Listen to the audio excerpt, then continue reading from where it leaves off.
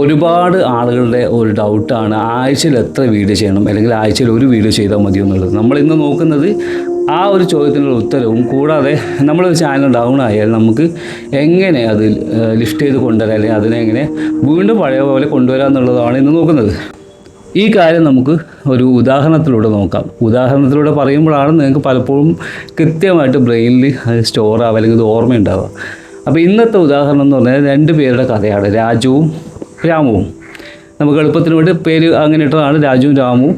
2 പേരുടെയും ആഗ്രഹം എന്ന് പറയുന്നത്, അൾട്ടിമേറ്റ് ആഗ്രഹം എന്ന് പറയുന്നത് സിനിമയിൽ അഭിനയിക്കുക എന്നുള്ളതാണ്. അപ്പോൾ സിനിമയിൽ അഭിനയിക്കാൻ വേണ്ടിയിട്ട് അവസരങ്ങൾ തേടി സംവിധായകരെയും മറ്റു ആളുകളെയും എല്ലാവരുടെയും അവർ പോയി, അങ്ങനെ അവസരങ്ങൾ വരാൻ തുടങ്ങി. ഈ അവസരങ്ങൾ വരുന്ന സമയത്ത് രാമു എന്ത് ചെയ്തു എന്ന് പറഞ്ഞാൽ, വരുന്ന അവസരങ്ങളെ എനിക്ക് സെലക്റ്റീവായിട്ട്, അതായത് ഞാൻ കഥ നോക്കിയിട്ടും റോള് നോക്കിയിട്ടും മാത്രമേ അഭിനയിക്കുള്ളൂ എന്നും, അല്ലാതെ ചെറിയ ചെറിയ റോളുകൾ ചെയ്യാൻ എനിക്ക് തയ്യാറല്ല, ഞാൻ നായകനാവാൻ വന്ന ആളാണ്, അതുകൊണ്ട് ചെറിയ റോൾ ചെയ്യാൻ എനിക്കിഷ്ടമല്ല, അതുകൊണ്ട് ഞാൻ ചെയ്യൂല എന്നുള്ള തീരുമാനത്തിലെത്തിയിട്ട് പലപ്പോഴും വന്ന ചെറിയ ചെറിയ റോളുകളൊക്കെ റിജക്റ്റ് ചെയ്തു. പക്ഷേ രാജുവിന് വന്ന എല്ലാ റോളുകളും തന്നെ, ചെറിയ ചെറിയ റോളുകളൊക്കെ അഭിനയിച്ചിട്ട് ഇങ്ങനെ മുന്നോട്ട് പോയി.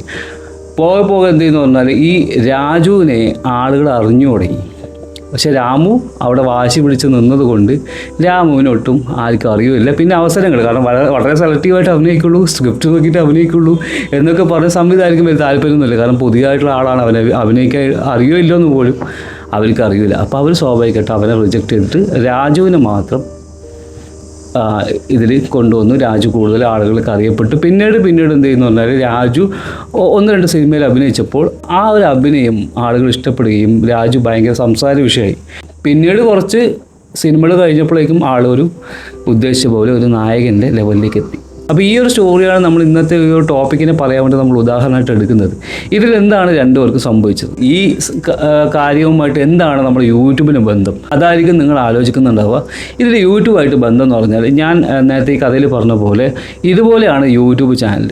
അപ്പം നിങ്ങൾ തുടക്കത്തിലുള്ള ആളുകളെ നമുക്ക് 2 പാർട്ടായിട്ട് തിരിക്കാം. അതായത് ഒന്ന് ബിഗിനേഴ്സ് പറഞ്ഞാൽ ഒരു 500 മുതൽ 1000 വരെ സബ്സ്ക്രൈബേഴ്സുള്ള ആളുകൾ, അല്ലെങ്കിൽ ഒരു സാധാരണയായിട്ട് 200-300 വ്യൂസ് വരുന്ന ആളുകൾ. മറ്റൊരു കാറ്റഗറി എന്ന് പറയുന്നത് ഒരു 5000-10,000 സബ്ബുള്ളവരും 15,000-20,000 വ്യൂസ് വരുന്ന ആളുകളും. ഈ 2 കാറ്റഗറി ആയിട്ട് നമ്മൾ തിരിക്കുക. ഇവരെ രാമുമായിട്ട് തന്നെ നമുക്ക് കമ്പയർ ചെയ്യാം. ഈ 2 കാറ്റഗറി നമ്മൾ തിരിച്ചു. ഇനി ഇവരെങ്ങനെ വീഡിയോ ചെയ്യണം എന്നാണ് ഞാൻ പറയുന്നത്. കാരണം എല്ലാവർക്കും ഒരുപോലെ നമുക്ക് ഒരു എക്സാമ്പിൾ പറയാൻ പറ്റില്ല. അപ്പോൾ ഓരോ ആളുകൾ സ്റ്റേജിനനുസരിച്ച് ഇത് വ്യത്യാസമുണ്ട്. ഇനി ഇതിൽ എന്ത് സംഭവിച്ചു എന്ന് പറഞ്ഞാൽ, നമ്മൾ നേരത്തെ പറഞ്ഞ രാജുവിൻ്റെയും രാമുവിൻ്റെയും കഥ എടുത്തു കഴിഞ്ഞാൽ, ഇതിൽ രാമു ചെയ്ത തെറ്റെന്ന് പറയുന്നത്, രാമു ഒരു കഥ തിരഞ്ഞെടുക്കാനും തിരഞ്ഞെടുക്കപ്പെട്ട കഥയിൽ മാത്രം അഭിനയിക്കാനുള്ള ഒരു പബ്ലിക്കായിട്ടുള്ള ഒരു ഇൻഫ്ലുവൻസറോ അല്ലെങ്കിൽ ആ ലെവലിലേക്കുള്ള ഒരാളായിട്ടില്ല. അതുകൊണ്ട് തന്നെ നമുക്ക് പബ്ലിക് വിസിബിലിറ്റി കിട്ടുന്നത് വരെ, അല്ലെങ്കിൽ നമ്മൾ ആളുകൾ അറിയുന്നത് വരെ നമ്മൾ എന്ത് ചെയ്യണം, നമ്മളെപ്പോഴും നമ്മളെങ്ങനെ വീഡിയോസ് ഇടുക, അല്ലെങ്കിൽ നമ്മൾ അഭിനയിച്ചുകൊണ്ടിരിക്കുക എന്നുള്ളതാണ്. അപ്പോൾ ആ ഒരു തിയറി നമ്മൾ എടുക്കുകയെന്നുണ്ടെങ്കിൽ, തുടക്കക്കാരായ ആളുകൾ, അതായത് ആദ്യം ഞാൻ നേരത്തെ പറഞ്ഞ കാറ്റഗറിയിൽ ചെറിയ രീതിയിൽ വ്യൂസ് വരുന്ന ആളുകൾ എന്ത് ചെയ്യരുത്, നിങ്ങൾ തുടക്കത്തിൽ സെലക്റ്റീവായിട്ട് ഞാൻ ആഴ്ചയിൽ ഒരു വീഡിയോ ചെയ്യുള്ളൂ എന്ന് തീരുമാനമെടുക്കുമ്പോൾ, ഇവിടെ രാമു ചെയ്ത മിസ്റ്റേക്കാണ് നിങ്ങൾ ചെയ്യുന്നത്. അപ്പം നിങ്ങൾ വിസിബിലിറ്റി നിങ്ങൾ കൂട്ടണം. വിസിബിലിറ്റി എങ്ങനെ കൂടുക?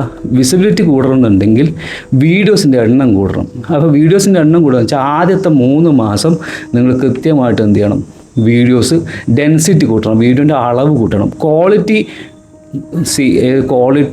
ആണ് ഏറ്റവും ഇമ്പോർട്ടൻറ്റ്. നല്ല ക്വാളിറ്റിയുള്ള വീഡിയോ, വിഷ്വൽ ക്വാളിറ്റി അല്ല, നല്ല നമ്മുടെ കോണ്ടൻറ്റ് ക്വാളിറ്റി, വിഷ്വൽ ക്വാളിറ്റിയൊക്കെ ഉള്ള വീഡിയോ നല്ലതാണ് എന്നൊക്കെ പറയുമെങ്കിലും ഇതൊക്കെ ശരിയാണ്. പക്ഷേ ഞാൻ സംസാരിക്കുന്നത് എപ്പോഴും സാധാരണ ആളുകളെ കുറിച്ചിട്ടാണ്. അപ്പോൾ അവർക്ക് ആദ്യം തന്നെ ഈ വിഷ്വൽ ക്വാളിറ്റിയും കോണ്ടൻറ്റ് ക്വാളിറ്റിയും ഒന്നും കൊണ്ടുവരാൻ പറ്റിക്കൊള്ളണമെന്നില്ല. അതുകൊണ്ടാണ് പറയുന്നത്, നിങ്ങൾ ആദ്യം ചെയ്യേണ്ടത് വീഡിയോസിൻ്റെ എണ്ണം കൂട്ടുക. ആ എണ്ണം കൂട്ടുമ്പോൾ തന്നെ ഈ പറഞ്ഞ ക്വാളിറ്റിയിലും കോണ്ടൻറ്റ് ക്വാളിറ്റിയിലും വിഷ്വൽ ക്വാളിറ്റിയിലും സൗണ്ട് ക്വാളിറ്റിയിലും ഇതിലൊക്കെ എന്ത് ചെയ്യുക, നിങ്ങളൊന്ന് ശ്രദ്ധിക്കുക. എന്നിട്ട് ഇമ്പ്രൂവ് ചെയ്ത് വരിക. ആദ്യം തന്നെ അത് ചെയ്യണം നിർബന്ധമില്ല. ആദ്യത്തെ ഒരു 10 വീഡിയോ അങ്ങനെ പോയിക്കോട്ടെ. പിന്നെ എന്ത് ചെയ്യുക, നിങ്ങൾക്കത് ഇമ്പ്രൂവ് ചെയ്ത് കൊണ്ടുവരിക. അപ്പോൾ അങ്ങനെ ഒരു 3 മാസത്തിൻ്റെ ഇടയിൽ നിങ്ങൾ എത്രത്തോളം വീഡിയോസിൻ്റെ എണ്ണം കൂട്ടുന്നു, ഡെയിലി 2 ഇടരുത്, ഒരു കാരണവശാലും ഇടരുത്. ഡെയിലി 1 ഇടാം, അല്ലെങ്കിൽ ഒരു ദിവസം ഗ്യാപ്പിൽ വീഡിയോ ഇടുക. അപ്പോൾ അങ്ങനെ ഇട്ടിട്ട് എന്ത് വീഡിയോസിന് എണ്ണം കൂട്ടി കൊണ്ടുവരാം. ഈ എണ്ണം കൂട്ടി ഇങ്ങനെ കൊണ്ടുവന്നാലുള്ള ഗുണം എന്താണെന്ന് വെച്ചാൽ ചാനലിൽ ഇംപ്രഷൻസ് കൂടും, അതുപോലെ തന്നെ നിങ്ങളെ വിസിബിലിറ്റി കൂടും. 2 കാര്യങ്ങൾ അവിടെ സംഭവിക്കുന്നു. അപ്പോൾ ഇവിടെ നമ്മൾ രാമുവിൻ്റെ തെറ്റിൽ നിന്ന് മാറിയിട്ട് എന്ത് ചെയ്തു, നമ്മൾ രാജു ചെയ്ത കാര്യത്തിലേക്ക് വന്നു. അപ്പോൾ രാജു ചെയ്ത എന്താ, എല്ലാത്തിലും അഭിനയിച്ചു. നമ്മളതുപോലെ മാക്സിമം വീഡിയോസ് ഇടാൻ ശ്രമിക്കുക, നമ്മൾ വീഡിയോ ഇടുന്നു. പക്ഷേ ഇവിടെ പലർക്കും പറ്റുന്ന തെറ്റെന്ന് പറഞ്ഞാൽ നേരെ എല്ലാവരും പോകുന്നത് നമ്മുടെ രാമുവിൻ്റെ സ്റ്റേറ്റിലേക്കാണ്, അല്ലെങ്കിൽ രാമുവിനെ പോലെ ആവുന്നത് കൊണ്ടാണ് പ്രശ്നം. അവരതിന് പറയുന്ന കാരണം എനിക്ക് സമയമില്ല, അല്ലെങ്കിൽ ഒരു വീഡിയോ ഇട്ടാൽ പോരെ, അതിനെക്കൊണ്ട് കുഴപ്പമില്ല, ബാക്കി ഞാൻ ഷോർട്സ് ഇട്ടോളാം എന്നൊക്കെ പറഞ്ഞിട്ട് പോകുന്ന ആളുകളാണ്. അപ്പോൾ അങ്ങനെ പോകുന്ന സമയത്ത് നിങ്ങൾക്ക് പറ്റുന്നത് നിങ്ങളുടെ വിസിബിലിറ്റി വല്ലാണ്ട് കുറയും. പിന്നെ നിങ്ങൾ ആ ഒരു ഡിസിഷൻ എടുക്കാനുള്ള ലെവലിൽ എത്തിയിട്ടില്ല. നിങ്ങൾ ആഴ്ചയിൽ ഒരു വീഡിയോ ഇട്ടാൽ മതി എന്ന് പറയേണ്ട ലെവലിലേക്ക് നിങ്ങൾ എത്തിയിട്ടില്ല. എത്താത്ത സമയത്ത് നിങ്ങൾ അതെടുത്ത് തലയിൽ വെച്ചാൽ ഉറപ്പായിട്ടും പൊളിയും. കാരണം നിങ്ങൾക്ക് ഒന്നും അവകാശപ്പെടാനില്ലാത്തൊരു സമയത്ത് നിങ്ങൾ അങ്ങനെയുള്ള തീരുമാനങ്ങൾ എടുക്കരുത്. അതുകൊണ്ട് ഞാൻ പറഞ്ഞ വിസിബിലിറ്റി വരണം എന്ന് പറഞ്ഞത്. ഇനി ആർക്കാണ് ഈ ആഴ്ചയിൽ ഒരു വീഡിയോ ഇടാൻ പറ്റുന്നത്? ഞാൻ നേരത്തെ പറഞ്ഞ 2ാമത്തെ കാറ്റഗറി ആയ ആളുകൾ, നല്ലപോലെ വ്യൂസ് വന്ന് കയറിക്കൊണ്ടിരിക്കുന്ന ആളുകൾ ആഴ്ചയിൽ ഒരു വീഡിയോ ഇട്ടാൽ മതി, കുഴപ്പമില്ല. അല്ലെങ്കിൽ 2 വീഡിയോ ഇട്ടാൽ മതി. അതെന്തുകൊണ്ട് അങ്ങനെ പറയാൻ കാരണം? അങ്ങനെ പറയാൻ കാരണം നമ്മൾ വെറുതെ ഗസ് ചെയ്ത് പറയുന്നില്ല, കൃത്യമായ അനലറ്റിക്സ് വെച്ച് പറയാമെന്നുണ്ടെങ്കിൽ നമ്മൾ വീഡിയോ ഇട്ടില്ലെങ്കിലും നമ്മുടെ ചാനലിൽ എൻഗേജ്മെൻറ്റ്സ് ഉണ്ടായിക്കൊണ്ടേയിരിക്കുന്നുണ്ടാവും. അതായത് നമ്മൾ നോക്കിയാൽ റിയൽ ടൈം വ്യൂസ് നോക്കിയാൽ നമുക്ക് കാണാൻ പറ്റും, ദിവസവും നമ്മുടെ ചാനലിൽ ഒരു 1000-1500 പേരെ വിസിറ്റ് ചെയ്തുകൊണ്ടേയിരിക്കുന്നുണ്ട്, അല്ലെങ്കിൽ വീഡിയോ കണ്ടുകൊണ്ടേയിരിക്കുന്നുണ്ട്. അപ്പോൾ അവിടെ എപ്പോഴും എൻഗേജ്മെൻറ്റ്സ് ഉണ്ട്, ആളുകൾ വന്നു പോകുന്നു എന്ന ഒരു ആക്ടിവിറ്റി നടക്കുന്നുണ്ട്. അപ്പോൾ അതിനെ നമുക്ക് കുറച്ചുകൂടി എൻഗേജ് ചെയ്യാൻ വേണ്ടി കമ്മ്യൂണിറ്റി പോസ്റ്റുകൾ ഇടാം, വേണമെങ്കിൽ ഒരു ഷോർട്സൊക്കെ ഇടാം. അപ്പോൾ അങ്ങനെ നമ്മൾ മെയിൻറ്റെയിൻ ചെയ്ത് കൊണ്ടുപോകുമ്പോൾ ചാനലിലെ ട്രാഫിക് കറക്റ്റായിട്ടുണ്ടാവും. പക്ഷേ ഇത് ആർക്കും ഉണ്ടാവില്ല, തുടക്കക്കാരായ ആളുകൾക്ക് ഈ ട്രാഫിക് ഉണ്ടാവണമെന്നില്ല. കാരണം ആ കൂടി വരുന്നത് 300 വ്യൂസാണ്, അല്ലെങ്കിൽ 200 വ്യൂസാണ്. അപ്പോൾ ആ 200 വ്യൂസ് 300 വ്യൂസ് പറയുമ്പോൾ ഒരു 10 ഡേയ്സ് നമ്മൾ വീഡിയോ ഇടാതിരുന്നു, അല്ലെങ്കിൽ 5 ദിവസം വീഡിയോ ഇടാതിരുന്നാൽ അത് ഭയങ്കരമായിട്ട് ഡ്രോപ്പായിട്ട് ചിലപ്പോൾ 5 or 10 ആവും. അത് ചാനലിനെ ഭയങ്കര നെഗറ്റീവായിട്ട് ബാധിക്കും. ഇതാണ് ഇതിൻ്റെ പിന്നിലുള്ള ഒരു തിയറി എന്ന് പറയുന്നത്. ഇതാണ് ഇതിനെ എഫക്റ്റ് ചെയ്യുന്ന ഒരു കാര്യം. അപ്പോൾ നമ്മൾ ആ ട്രാഫിക്കാണ് നമ്മൾ ഏറ്റവും ഇമ്പോർട്ടൻ്റ് ആയ കാര്യം. ചാനലിലെ ജീവനോടെ നിർത്തുക എന്നുള്ളതാണ്. അത് നല്ല രീതിയിൽ വ്യൂസ് വരുന്ന ആളുകൾക്ക് എപ്പോഴും എന്തുണ്ടാവും, ഈ ട്രാഫിക് അവിടെ ഉണ്ടാവും.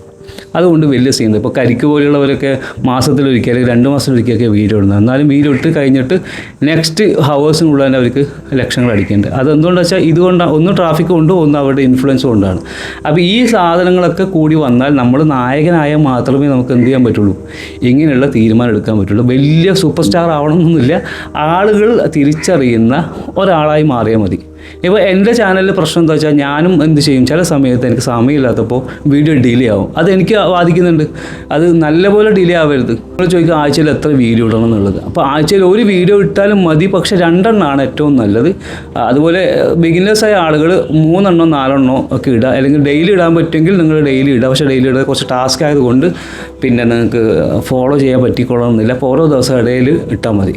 ഒരു ദിവസം വീഡിയോ ഇടുക, ഗ്യാപ്പ് എടുക്കുക, അടുത്ത ദിവസം വീഡിയോ ഇടുക, ഗ്യാപ്പ് എടുക്കുക. അപ്പോൾ ആഴ്ചയിൽ കണക്ക് നോക്കണ്ട, അങ്ങനെ ഇട്ടിട്ട് പോയാൽ മതി. ഇനി ചില ആളുകൾക്ക് 2 ദിവസത്തെ ഗ്യാപ്പിലാണെങ്കിലും 2 ദിവസം എടുക്കുക. പക്ഷേ തുടക്കക്കാരോട് ഞാൻ എപ്പോഴും പറയും, നിങ്ങൾ 1 ഡേ ഗ്യാപ്പ് എടുത്താൽ മതി. അതാണ് നിങ്ങൾക്ക് ഏറ്റവും നല്ലത്, ഗ്രോ ആവാൻ ഏറ്റവും എളുപ്പം അതാണ്.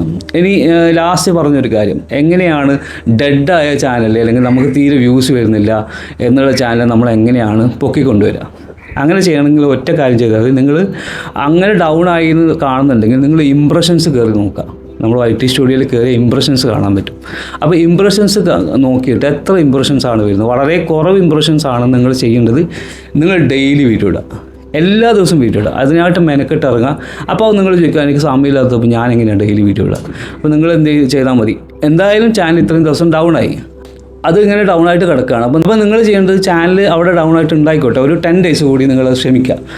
ആ 10 ദിവസത്തിനുള്ളിൽ നിങ്ങൾക്ക് പറ്റുന്നത്ര വീഡിയോ എടുക്കുക. പോസ്റ്റ് ചെയ്യേണ്ട, നിങ്ങൾ എടുത്ത് വെച്ചാൽ മതി. എന്നിട്ട് എന്ത് ചെയ്യുക, 5, 6, 7 വീഡിയോ എടുത്തിട്ട്, അല്ലെങ്കിൽ നിങ്ങൾക്ക് എത്രയാണോ കപ്പാസിറ്റി അതെടുക്കുക. എന്നിട്ട് അത് 1 by 1 ആയിട്ട് അപ്ലോഡ് ചെയ്തുകൊണ്ടിരിക്കുക. ആ സമയത്ത് നിങ്ങൾ കൂടുതലായിട്ട് കോണ്ടൻറ്റ് ക്വാളിറ്റിയോ അല്ലെങ്കിൽ നമ്മൾ വൈറാലിറ്റി ഒന്നും നോക്കേണ്ട ആവശ്യമില്ല, ജസ്റ്റ് അപ്ലോഡ് ചെയ്താൽ മാത്രം മതി. അപ്പോൾ അങ്ങനെ തുടർച്ചയായിട്ട് ചെയ്യുന്ന സമയത്ത് നിങ്ങൾക്ക് നല്ല ഇംപ്രഷൻസ് വരാൻ തുടങ്ങും. അങ്ങനെ ഇംപ്രഷൻസ് വന്ന് തുടങ്ങുന്ന സമയത്ത് നിങ്ങൾ സെലക്റ്റീവായിട്ട് നല്ല അടിപൊളി ഹീറോ കണ്ടൻറ്റും കാര്യങ്ങളൊക്കെ നിങ്ങൾ ചെയ്തു കഴിഞ്ഞാൽ ആ ചാനൽ ഉറപ്പായിട്ട് കയറിപ്പോവും.